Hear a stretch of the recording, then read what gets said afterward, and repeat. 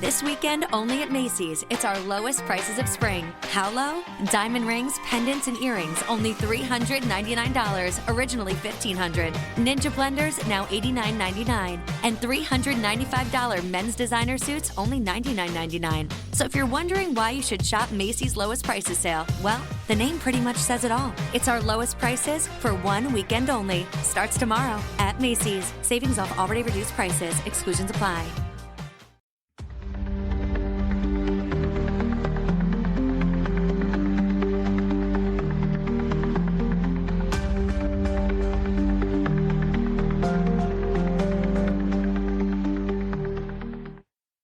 Hello, everybody, and welcome to this episode of True Crime Time for Thursday, April the 10th, 2025, and I'm Woody Overton. I'm Cyndi Overton. And we are back at you again, and hashtag justice for Hailey.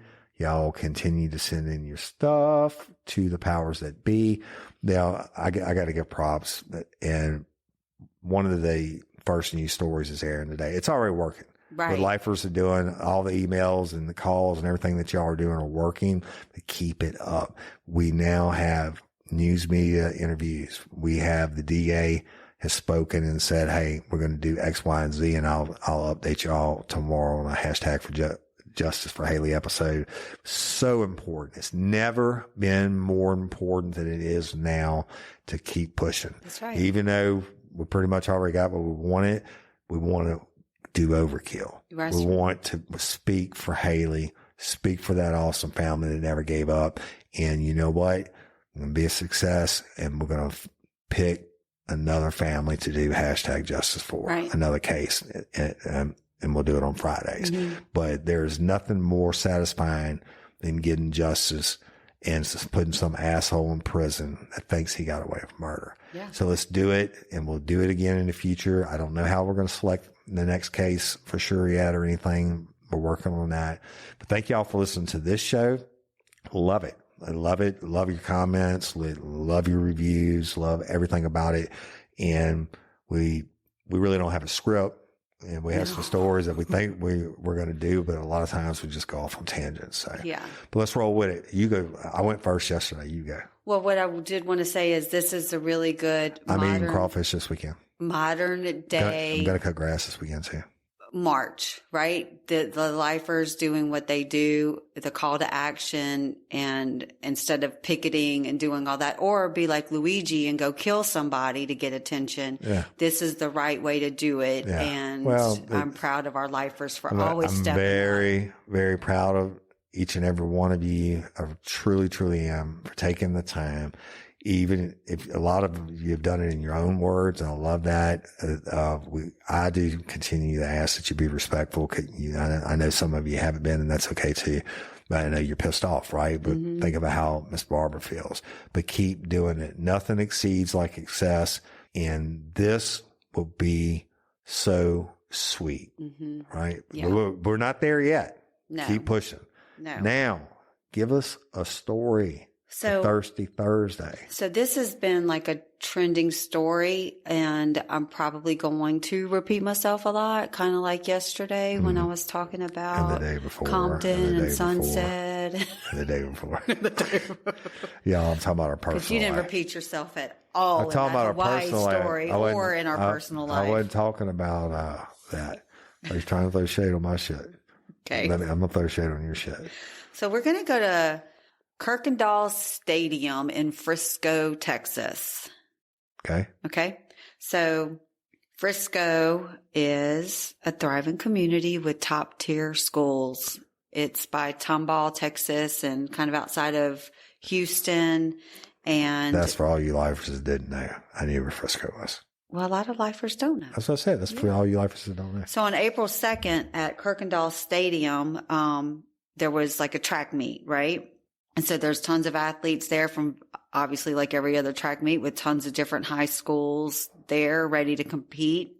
And among them was 17-year-old Austin Metcalf. And he was a junior at Memorial High School. And he was a very good athlete. and he was a very good student. And I'm using him in the past tense because He did. he was stabbed. He was also known as a leader and a very good friend, and his father, Jeff Metcalf, reflected on his son's promising future, stating that he was going to turn out to be a great individual and impact the world with positivity. But let me tell you what happened. So approximately 10 a.m., something happened between Austin and another student, and he was 17-year-old Carmelo Anthony. And Carmelo was from Frisco Centennial High School. And witnesses reported that some kind of dispute began over seating arrangements under the team tent. And Austin asked Carmelo to move, and Carmelo responded with, "Touch me and see what happens." And then the situation quickly escalated and ended up with Carmelo getting a knife from his backpack and stabbing Austin in the chest. That's crazy. I mean, in my brain, like, how did he get a knife into unfortunately, we do have most of the time metal detectors. That is seriously unfortunate that kids have to walk through metal detectors. It is. Shit like that. It is, but it happens, and I guess there wasn't one. Well, let me ask you a question, because this made me think about it. We have a bunch of ceramic knives, like a set of ceramic knives we got from P-Mall many years ago. But those wouldn't be detected. I'm pretty sure they got metal in the handle somewhere. Okay. Probably. Okay. They're sharp as fuck, though. They are. I love the ceramic knives, but that's what made me think of it. So first responders arrived very swiftly. There's usually first responders there in case people get injured, like at sporting events. And they started administering CPR on Austin, and it didn't do anything. He was actually pronounced dead at the arrival. Full of holes, hard to bring him back. Right. And then Carmelo was taken into custody at the scene, but Carmelo apparently admitted to the act, stating, "I'm not alleged, I did it," and inquired if the incident would be considered self-defense. So, tragedy, of course, sent shockwaves through the whole school district, right? Mm-hmm. And the Board of Trustees expressed sorrow, emphasizing the senseless act and extending condolences to Austin's family and friends. And then there was a vigil. But I was very proud. I read another report where the dad of Austin expressed condolences to the murderer side of the family, saying, "I'm sorry for you too, because you're going to have a hell of you're fixing to go through hell too." Can I rain on your story a little bit? Yeah. So the Texas police are saying a fake account is spreading misinformation about the deadly track meet stabbing. Right. And they said fake accounts, plural. Yeah, because they were trying to raise money for defense. Fake accounts, plural, have emerged, spreading false information about the fatal stabbing of Austin Metcalf. Now, the police in Frisco are trying to stop any more misinformation surrounding the murder of Austin. So at the track meet, which is just horrible. You know, I ran track. I mean, track meets aren't ever very well attended. You got different events going on at different times, and I just can't imagine it. But the Carmelo Anthony, 17, who stabbed and killed Austin at the Kuykendall Stadium, and since then, it's been like, that's why we're covering it. It's like one of the top crime stories in the world. And it's been on social media and everywhere else. But with the social media has come the misinformation. And the police chief, David Shislon for Frisco, he issued a statement, and he's trying to push back at false claims made online about the stabbing. He said, "Beware of those taking to social media to deliberately spread misinformation, hate, fear, and division." He said, "Yesterday evening, a fictitious account was created using my name, perpetrating the misinformation. This is a criminal offense and a third-degree felony, which will be investigated." And the chief didn't specifically reference the content of whatever these assholes are putting out there. But in a subsequent social media post, the Frisco Police Department referenced another post claiming to be a report from the medical examiner. So they're doing all kinds of shit here. Yeah. They said the Frisco Police Department is aware of an image circulating on social media purporting to be a report from the Collin County Medical Examiner's Office. At this time, the report has capital N, capital O, capital T, not been released. Therefore, any information currently found online is capital F-A, capital A, capital L, capital S, capital E. That's what I'm reading it. Yeah. False. And police previously said Anthony removed a knife from his backpack and stabbed Metcalf. In an interview with local media, Anthony's attorney said his client is claiming he acted in self-defense. He said, I know that my client said it was self-defense. I don't have any reason to disbelieve that, but I need to develop the facts, talk to the people, and figure out what's going on before I make any statements about what I think happened. And his name is Derek Walpole. He said, I don't have any reason to think it wasn't self-defense at this time. But the fundraiser started by Anthony's family you're talking about has already raised more than $150,000 for his defense. Right. But they said the narrative being spread is false, unjust, and harmful. That's what the Anthony family wrote. As a family of faith, we are deeply grateful for all of your support during this trying period. Your prayers and assistance mean more to us now than ever. Guess what? He grabbed a knife out of his... Wait. I'm about to rock your world. Okay. And according to an affidavit, sworn affidavit, which People, the magazine reported on previously, that Anthony actually told an officer, I'm not an alleged. I did it. I just said that. I know. I was Okay. just repeating. Okay. The theme for today. How did it feel? Was it good for you? But anyway, and then he, of course, like you said, he put his hands on me. I told him not to. And if what happened could be considered self-defense.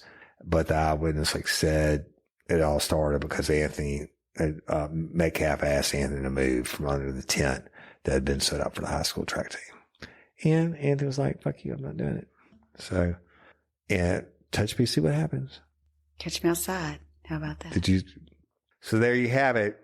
I mean, how in the fuck do you think you are that you're going to make a fake account as the chief of police and put out some bogus statements? Right. Oh, shame. But the kid already said, I'm not alleged. I did it. I know. Why I understand are we raising that. money for his defense? They let him raise. I'm sure that kid's got somebody who loves him too, but how in the fuck you can get on there as the chief, act like the chief of police to put out some disinformation? That is a dumb criminal. Yeah. They are going to hammer his ass. Yeah. Ass. Yeah. A-double-S-S. Or is it double? A-double-S. Asses. Ass. All right. Let me tell you, and I'm sorry. I'm not going to go to hell for it, but I'm going to catch a lot of hell for it. Cause I know a lot of you just don't believe in the death penalty. I totally believe in it. I've seen the shit that they do. And it's not like you were talking about the ladies in Compton and her ex pulled up and shot her.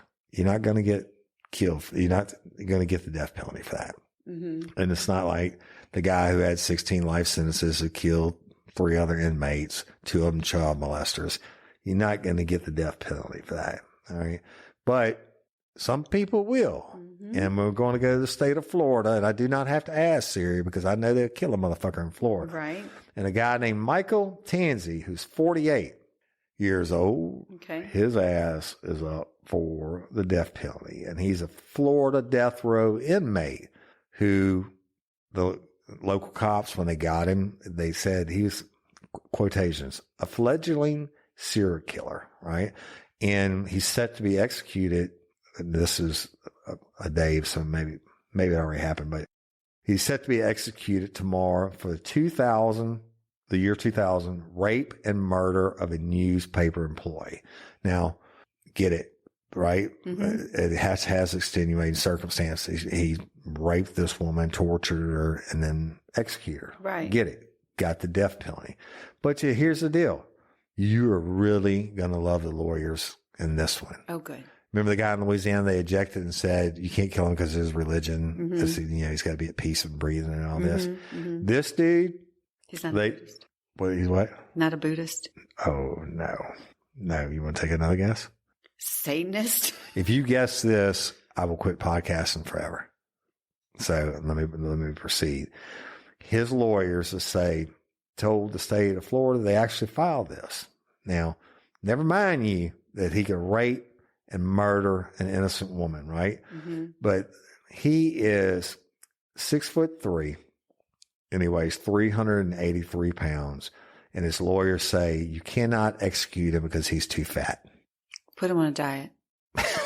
Right, yeah, I didn't think about that. But they said he is too obese for lethal injection. So starve him for a few Michael days. Tanzi pled guilty on January 31st of 2003 and was convicted of the first-degree murder after he assaulted, abducted, robbed, and raped the former Miami Herald employee, Janet Acosta, God rest her soul. He is set to be executed by lethal injection on April 8th. Y'all on this today, we're recording, so we can't tell you if it actually happened yet, but we'll give you an update next week. And Tanzi's attorneys have tried to halt the scheduled execution because they say his weight and health conditions could lead to a botched lethal injection.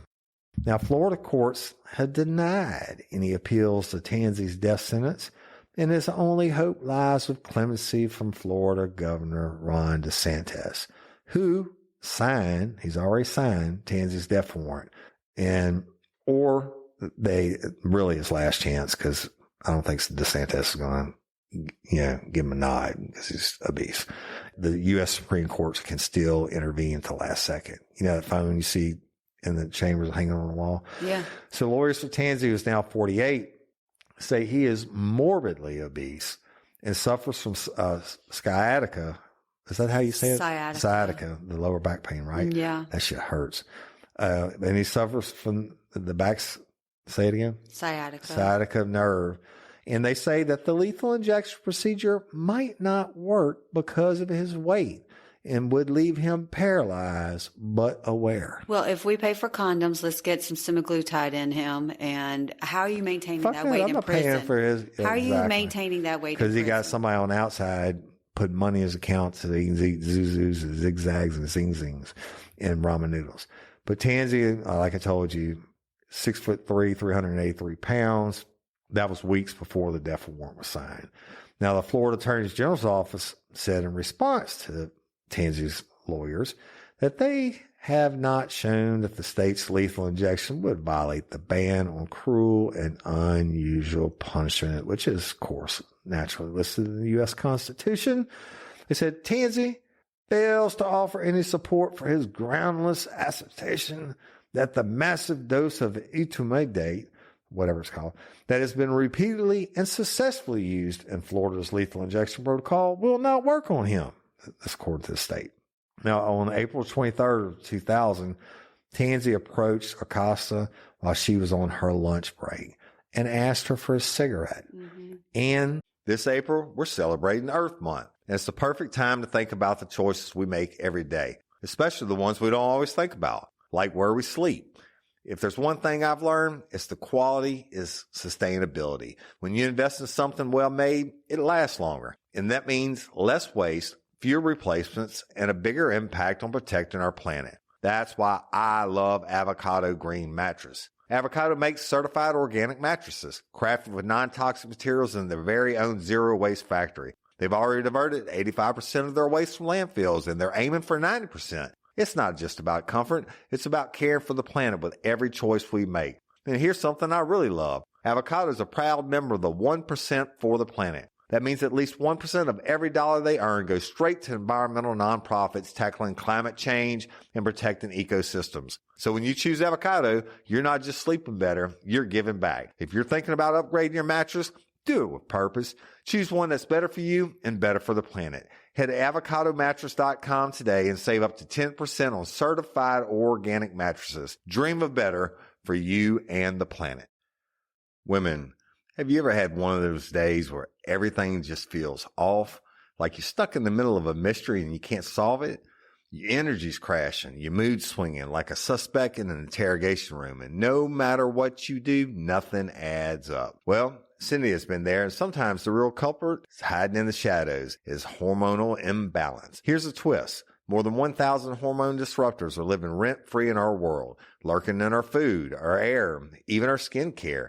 And when hormones go haywire, it can feel like you're trapped in your own personal true crime story, especially during premenopause or menopause. But here's the good news. This is the one case you can crack with Hormone Harmony by Happy Mammoth. All you need to do is take their free 2-minute quiz. You'll answer a few simple questions. Just like that, you'll get a personalized recommendation to help bring your hormones back into balance. No long investigation required. What I love is that Hormone Harmony is made with adaptogens, natural science-backed herbal extracts that help your body adapt to stress and hormonal changes. Whether it's PMS, hot flashes, brain fog, or sleepless nights, this product is designed to help you feel like you again. Over 40,000 glowing reviews don't lie, and neither do the results. 86% of women say they started losing weight.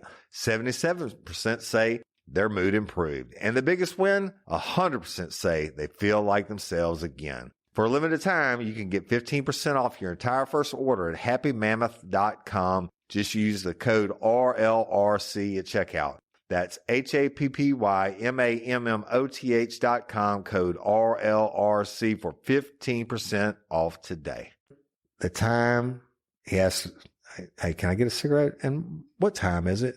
Then he started punching her and forcing his way into her car and threatened to cut her ear to ear if she resisted.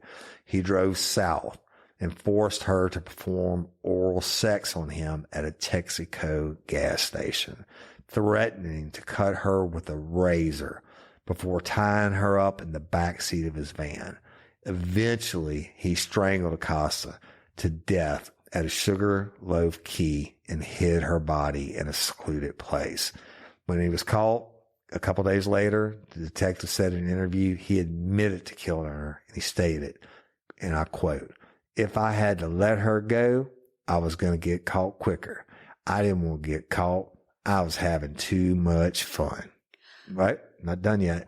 Acosta, who worked at the Miami Herald for nearly 25 years. She was a supervisor at the paper's makeup department.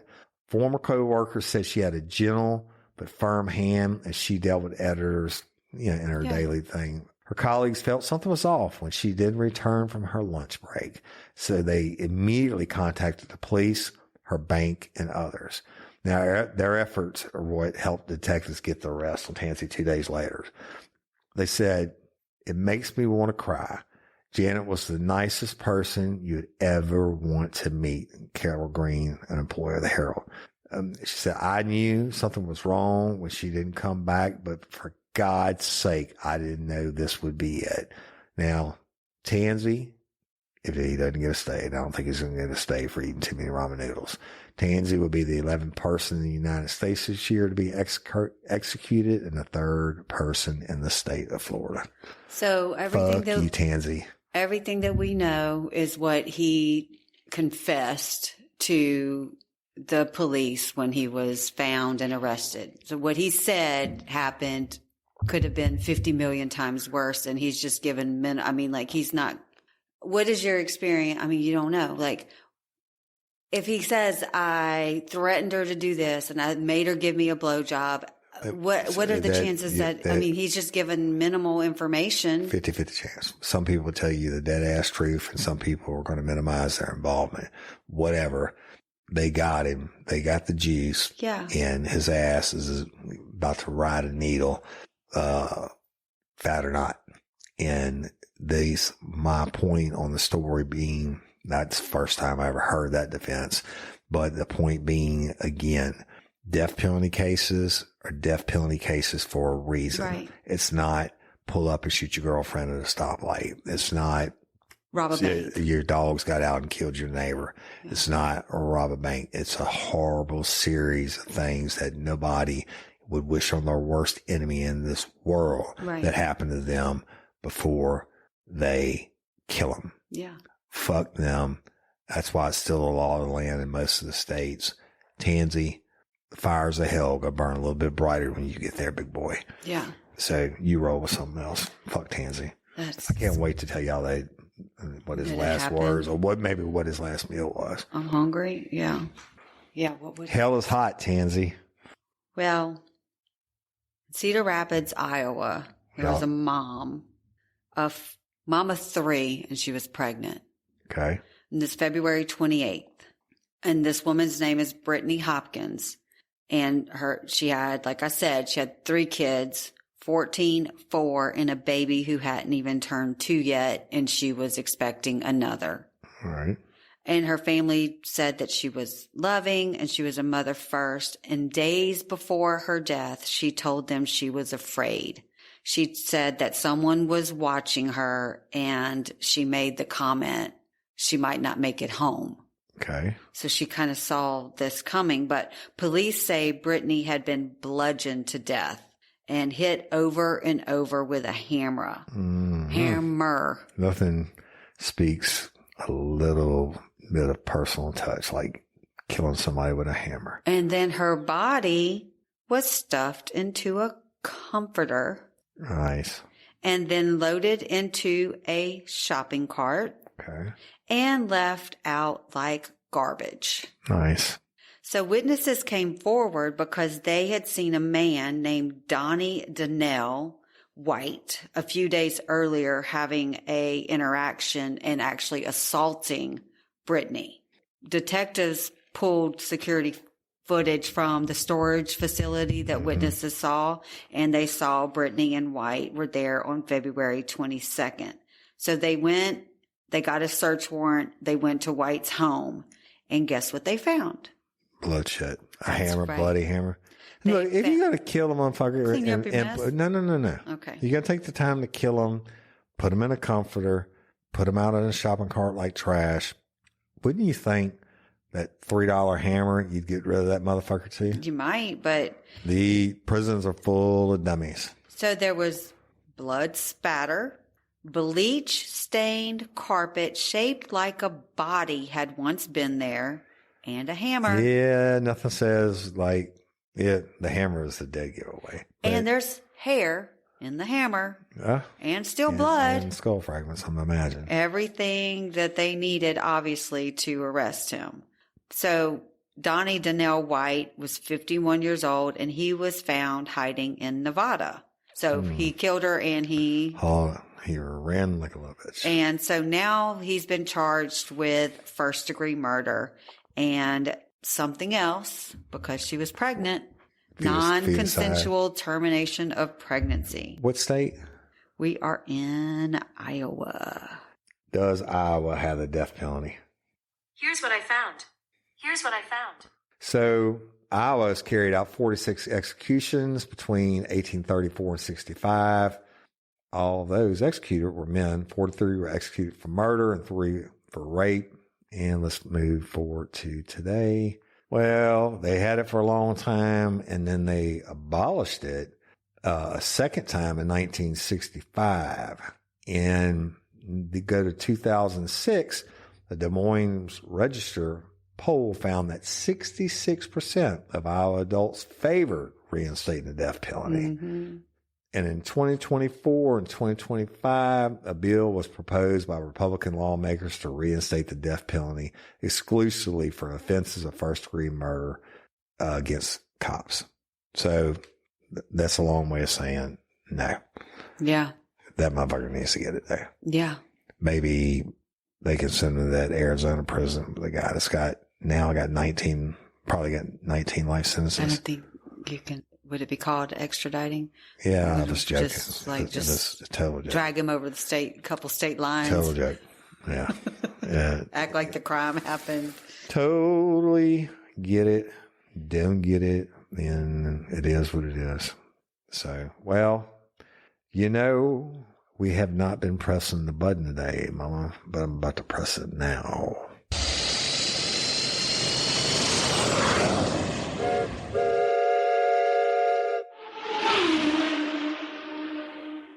I have spent so much time traveling this world and this great nation.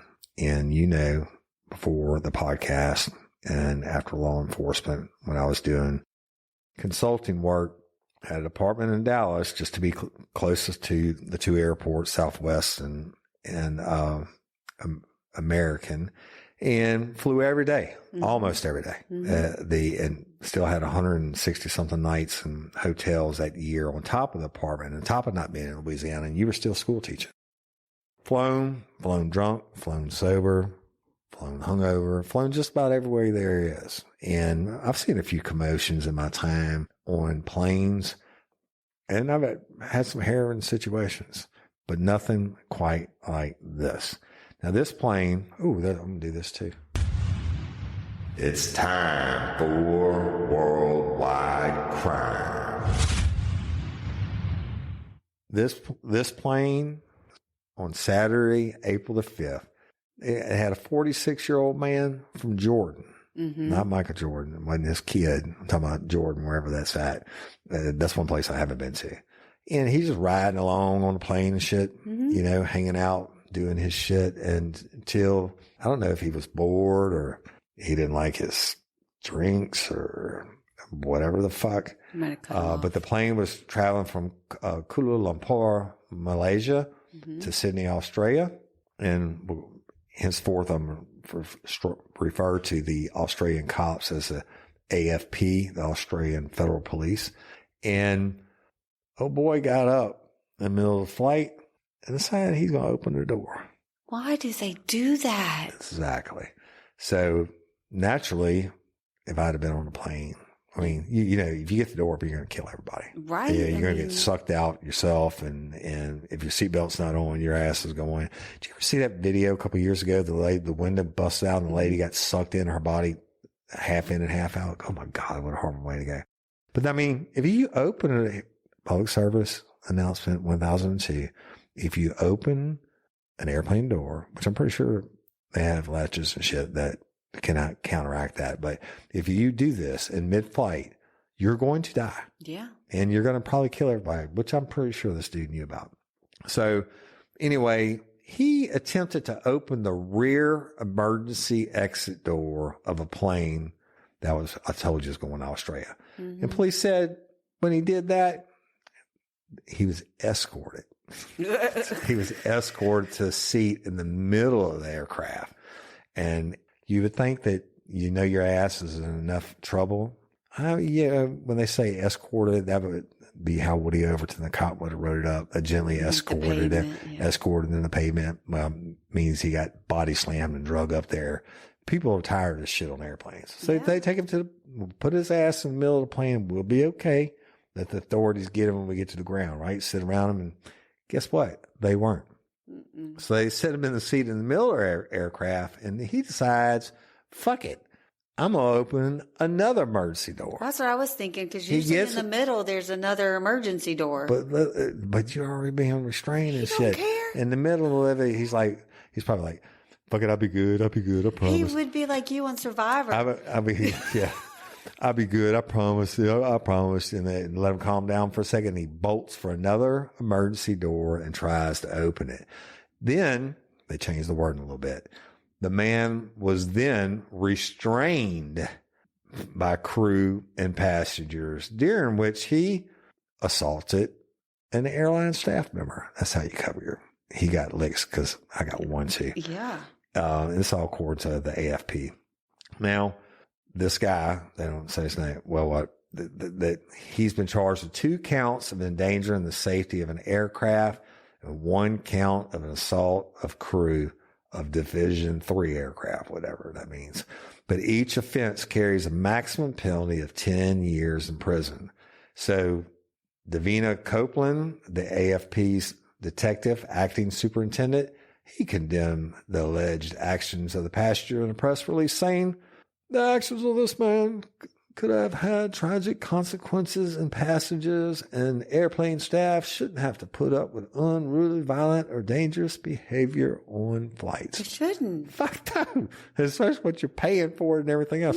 Yeah. I can very, very rarely sleep on airplanes. I'll sleep like 30 minutes a year. I know what you're about to say. Last time we got on the airplane, we got on the airplane and I fucking fell asleep. And I heard noise and shit. I woke up. I was like, what's wrong? Were we there yet or whatever? We hadn't even left the tarmac. That's a rare occasion because I'm a very light sleeper. But you shouldn't, I don't want to have to worry about if I nod off, some motherfucking quacko is going to open the back door and then they're going to hold him in the middle and he's going to get away from you and hold him again. I know. Well, knock that motherfucker out. But this incident occurred on a Air Asia flight, and the airline said our cabin crew, who are professionally trained to respond to such situations, took all the necessary steps to ensure the safety of everyone on board. At no time was the safety of the guest or crew compromised. Sure, you're fucking full of shit. They said, Air Asia has a zero tolerance policy for inappropriate behavior of any kind. And as procedure, they alerted the AFP and relevant authorities to meet the aircraft on arrival to Sydney. So that is that. The Australian Broadcasting Corporation reported the suspect has been identified as Slim Shady, S-H-A-D-I, Tansey Ayed Al-Sadea, and was arrested by the police when they landed at the Sydney International Airport. The public broadcaster stated that Al-Sadea's lawyer told the court during his bail hearing that Al-Sadea had consumed a pseudoephedrine, a sleeping pill, and alcohol before the flight.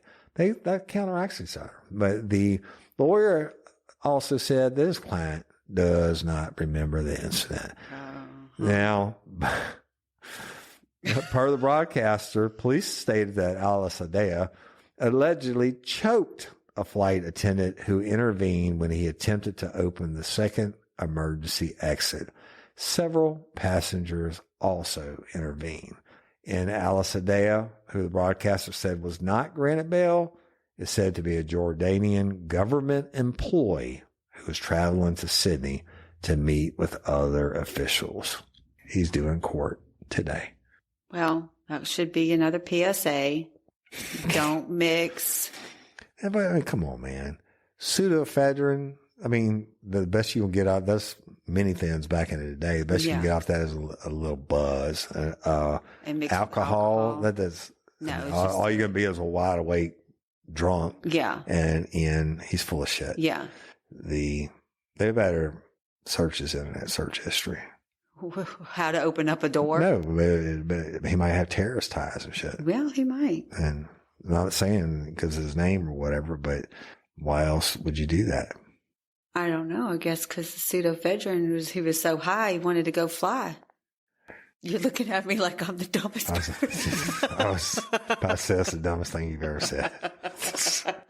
But I was trying to be nice and she said it for me. All right. With that, we're going to end this shit early. Tell you, it's got a little bit colder at the beginning of this week. We got our vegetables planted in the raised garden. I can't wait to get home today and whip that yard into shape, because you know what happens when I cut grass. I'm going to do a video of this. When I cut grass and shit gets fixed, I'm either grilling or boiling. It's true. And we're going to boil some crawfish. Swimming. Yeah, but it's too cold still to swim still. But I will be grilling and boiling, and you know what? Let's put it up for him on YouTube or whatever. And get him flying through the yard on that mower. I only got it stuck twice last week. Right? You had to help me. You had to pull me out both times. Trying to get it before the rain came. But y'all don't need to hear about all that bullshit. Thank you.